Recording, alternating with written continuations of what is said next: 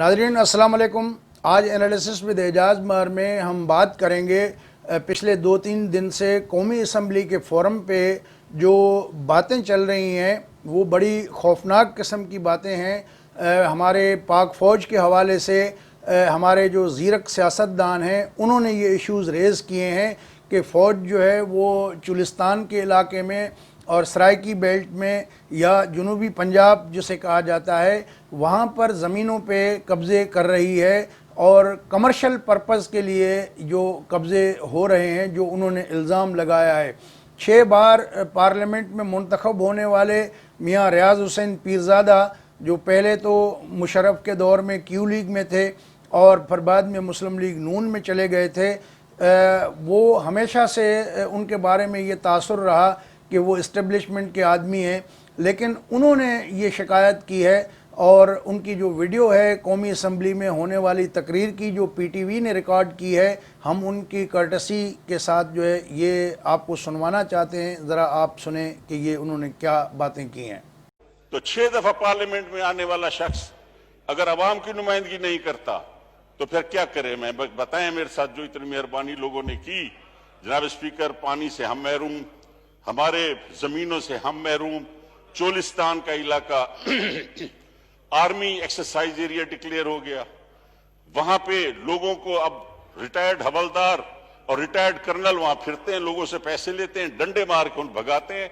800 साल से लोग जिन जमीनों पे काबिज थे जनाब स्पीकर, आज हाल वो है जो रेड इंडियंस के साथ हो रहा था कि रेड इंडियंस की जमीनों और चरागाहों को खत्म कर दिया गया, जो एब्रिजनीज के साथ ऑस्ट्रेलिया में हुआ, आज चोलिस्तान और बहावलपुर के जिम्मेदारों के साथ और बल्कि उन आबादियों के साथ जो रकबे कमांड रकबे हैं उन पर भी आकर आर्मी ने कब्जे कर लिए हैं। हालत यह है कि, और मुझे अफसोस होता है जनाब स्पीकर, मैं बड़े साल गोल्फ खेला हूं, तकरीबन सब जनरल्स के साथ, सीनियर जनरल्स के साथ मैं गोल्फ खेला हूं, और आज के जनरल्स जो हैं, पहली दफा पाकिस्तान में ऐसा हुआ है कि तमाम कोर कमांडर्स में से शायद एक आध ऐसा हो, वरना सारे ये वॉर जनरल्स हैं। ये वो हैं जो फ्रंट मोर्चों पे लड़ के आए हैं, जो अपनी जिंदगी दांव पे लगा के और इस ओहदे तक पहुंचे। आज ये वो जनरल्स हैं जिनसे हिंदुस्तान डरता है। ये पाकिस्तान की वो एयरफोर्स है जो हिंदुस्तान डरता है। लेकिन अफसोस ये कि हमारे जैसे लोगों पर जब अगर आप ड्यूटी पे लगा देंगे फौज को और कान पकड़ के बैठ के निकलवाएं और आप इनके पिकेट्स पे अगर आर्मी को बिठा देंगे जहां थानेदारी की जाती है, थानेदार का काम और है, मुहाफिज काम का काम और है। जनाब स्पीकर, ये आपको सोचना पड़ेगा। हमारे इलाके में जो पानी हमारे लोगों का है, वो जहां एक जनरल को जमीन पड़ जाए, पूरे मौजे का पानी काट के उसको दे दिया जाता है। मैं नाम नहीं लेना चाहता क्योंकि मेरा वो इलाका है, वहां सारे जनरल्स की जमीनें हैं। मेरा वो इलाका है जहां पे इस वक्त एब्रिजनीज और रेड इंडियंस वाला हाल चोलिस्तान का और हमारे सराइकी लोगों का हो रहा है। बोले ना तो मरते हैं, बोले तो टक्कर मारनी है पहाड़ में, पत्थर में। जनाब स्पीकर, इस पार्लियामेंट के साथ जो हुआ, जो काम, जो मशवरा आप नहीं कर सकते वो क्यों करते हो? जो आदमी सियासतदान है वो सियासत करे, और ये झंडा सिर्फ लपेट के अपने जनाजों पे, कब्रों में मत जाने दें। इसको सलूट अगर करना है तो सही माने में सलूट करें। इस पार्लियामेंट का तकद्दस पामाल होता है जनाब स्पीकर, और मुझे अफसोस होता है, मैं तनकीद करने वाला आदमी नहीं हूं, ना मैं तनकीद बर्दाश्त कर सकता हूं कि एक फकीर खानदान से ताल्लुक है। मैं नहीं चाहता कि मेरा दोस्त मेरे खिलाफ कोई बात करे या मैं किसी की तज़हीक करूं या उसकी तौहीन करूं, और अवामी लीडरों की खासतौर पर इमरान खान प्राइम मिनिस्टर हैं, मेरा क्या बनता है कि मैं उन पर तनकीद करूं? अवाम के लीडर हैं, मेरा कोई हक नहीं बनता कि मैं आसिफ अली जरदारी साहब पर, नवाज शरीफ साहब पर, जो हमारे में से हैं, हम उन पर कैसे तनकीद करें। लेकिन ये रविश भी अब इस पार्लियामेंट में खत्म होनी चाहिए कि किसने क्या किया, खिलवाड़ किसने किए। खिलवाड़ जिन्होंने किए हैं जनाब स्पीकर, वो हमारे साथ हुए हैं। कौन था जिसने सिपाही साहबा बनाई? जनरल हमीद गुल, ब्रिगेडियर खालिद ख्वाजा और कर्नल इमाम, जिनकी बाद में आपने देखा किस तरह उनको मारा गया, और उन्हीं के जिनके ये चमचे थे उन्होंने उनको मारा, और इस मुल्क में शिया सुन्नी की बुनियाद डाल दी गई, हमारे घरों को उजाड़ दिया गया। 35 रुपए की गोली है क्लेशनकोफ की है, मेरे वालिद को उससे मरवा दिया गया। आज मैं अगर बोलूंगा तो 300 रुपए की गोली है क्लेशनकोफ की, ज्यादा यही करेंगे ये। लेकिन खुदा के लिए जनाब स्पीकर, आपको किसने इख्तियार दिया कि डिफेंस हाउसिंग सोसाइटीज बनाएं? जनाब स्पीकर, जो जमीन दी गई आर्मी को फॉर द कैंटोनमेंट्स, क्या उसमें यह है कि आप वहां पे मैरिज हॉल बनाएं, आप उनमें डिफेंस हाउसिंग सोसाइटीज बनाएं? अगर वो काम आर्मी की नहीं थी तो वो गवर्नमेंट ऑफ पाकिस्तान को उन मालिकों को जानी चाहिए थी जो in the heart of the city of Lahore, Karachi, अब वो लैंड जो हैं वो आ गई हैं। वो वहां पे अब रियाज बहरिया वालों को तो पकड़ के आप बंद कर दें कि जिसने इस दुनिया में, पाकिस्तान में लोगों को रहना सहना सिखाया, जिसने लोगों को कितने लाखों को नौकरियां दी, वो तो करप्शन कर रहा है। और जो आपके जनरल्स खुदकशी कर गए, जो कुछ होता गया, आप हाउसिंग स्कीमों पे स्कीमें बनाए जा रहे हैं। अब बहावलपुर में हाउसिंग स्कीमें, डेजर्ट सारी वो डिफेंस हाउसिंग ले रही है। हमारे रकबे जो कब्जे कर रहे हैं, कल हमारे एक जिम्मेदार का, मंजूर खान बलोच का ट्रैक्टर जो वहां पे पकड़ के उनको मारा भी सही कुछ हवलदारों ने, और फिर वो ट्रैक्टर भी ले गए। और अब किसी को कहें तो कहते हैं जी कैंटोनमेंट में तो आने की इजाजत नहीं है, लिहाजा गरीबों के ट्रैक्टर पकड़ के वहां खड़े किए हुए। जनाब स्पीकर, हकीकत यह है कि पाकिस्तान के लोगों को जो खिलवाड़, नमाज का वक्त अगर हो गया तो मुझे कोई, पीरजादा साहब 8 मिनट रह गए नमाज में, 1 बजे नमाज ठीक है सर, मैं 8 मिनट में बंद कर दूंगा। जनाब स्पीकर, मैं काफी मुद्दत से सोचता था कि दिल की बात अगर नहीं करता तो इतनी दफा MNA बनने के फायदा कोई नहीं।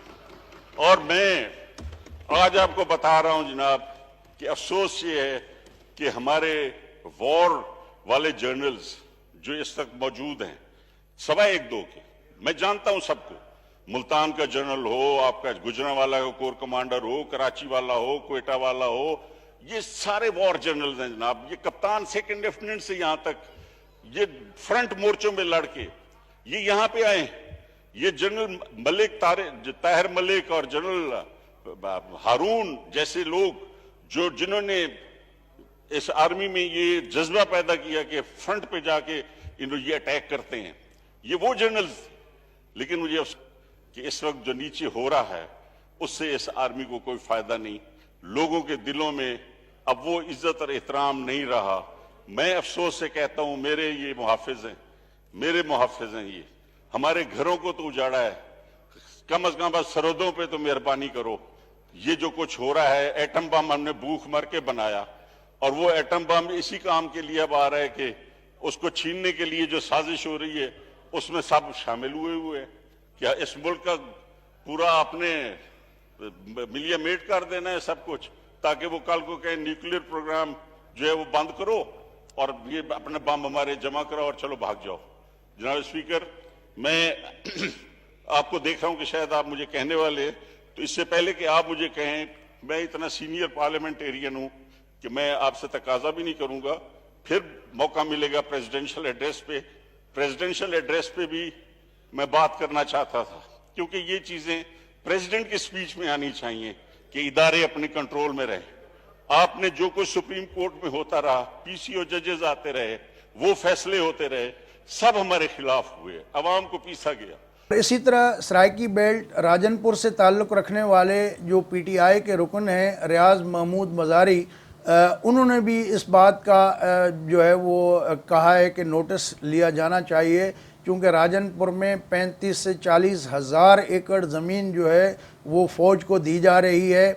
और उनका ये भी कहना है कि फ़ौजी जो ज़मीनें ले रहे हैं वो ज़मीनें बंजर नहीं हैं, गैर आबाद भी नहीं हैं, बल्कि वहाँ जो है वो मकामी लोगों का हक तलफ़ी की जा रही है। और उन्होंने भी ये मुतालबा किया है कि जो मकामी लोग हैं, अगर कोई सरकारी ज़मीन है तो वो उनमें बांटी जाए। गरीब तरीन इलाका है, गुर्बत की जो बड़ी शिद्दत है वहाँ पर उस ज़िले में, इलाके में, तो जो गरीब ख़ानदान हैं उनमें ज़मीन ये तकसीम की जाए, बजाय किसी जर्नेल या उस तरह के जो उनको अलाट की जाए। तो ये काबिल तशवीश बातें हैं। اور اس طرح پہلے تو سندھ میں بھی اس طرح کی باتیں ہو رہی تھیں، کراچی میں بالخصوص جس طرح ڈی ایچ اے کام کر رہا ہے، ملک ریاض بھی ادھر اند مچائی ہوئی ہے، بحریہ ٹاؤن والوں نے بھی، تو اسی طرح ڈیفنس ہاؤسنگ اتھارٹی کے نام پہ جو کمرشل پرپز کے لیے شودا کے نام ان کو دینے کے لیے زمین لیتے ہیں کوڑیوں کے بل، اور پھر وہ مارکیٹ میں بیچتے ہیں اربوں روپے کے وہ جائیدادیں۔ تو اس طرح کا جب رویہ ہوگا ہمارے قومی اداروں کا تو اس پہ مزید کیا کہہ سکتے ہیں، سمپل بات ہے کہ افسوس کا اظہار ہی کیا جا سکتا ہے۔ اور پہلے بھی سندھ سے جب بھی اس طرح کی باتیں ہوئیں ان کو آپ نے غدار کہا، بلوچستان سے اگر کسی نے آواز اٹھائی اس طرح کے معاملات پہ وہ بھی غدار ٹھہرے۔ اب یہ باتیں جو ہے وہ پنجاب سے شروع ہوئی ہیں، تو کیا اب بنگالیوں، سندھیوں، بلوچوں کے بعد پنجابی بھی غدار کہلائیں گے؟ اس سوال پر ہمارے جو کرتا دھرتا ہیں اس ریاست کے، ان کو سوچنا ضرور چاہیے۔ میرے خیال میں اگر ہم ماضی کے اپنی غلطیوں کا جو ہے وہ بیٹھ کے حساب کتاب کریں اور اس سے سبق سیکھنے کی کوشش کریں تو میرے خیال میں جو ہے وہ ریاست کے لیے بہتر یہی ہوگا کہ اس ریاست کے تمام ادارے اپنے اپنے آئینی اور قانونی حدود و قیود کے اندر رہ کے کام کریں، تو اسی سے ہماری ریاست جو ہے پھل پھول سکتی ہے۔ دوستو، اگر یہ ویڈیو آپ کو اچھی لگی ہو تو اپنے دوستوں کے ساتھ شیئر کریں، اور ہمارا چینل ابھی تک اگر سبسکرائب نہیں کیا تو اس کو سبسکرائب بھی کر لیں۔ اگلی ویڈیو تک اجازت دیجیے، اللہ حافظ۔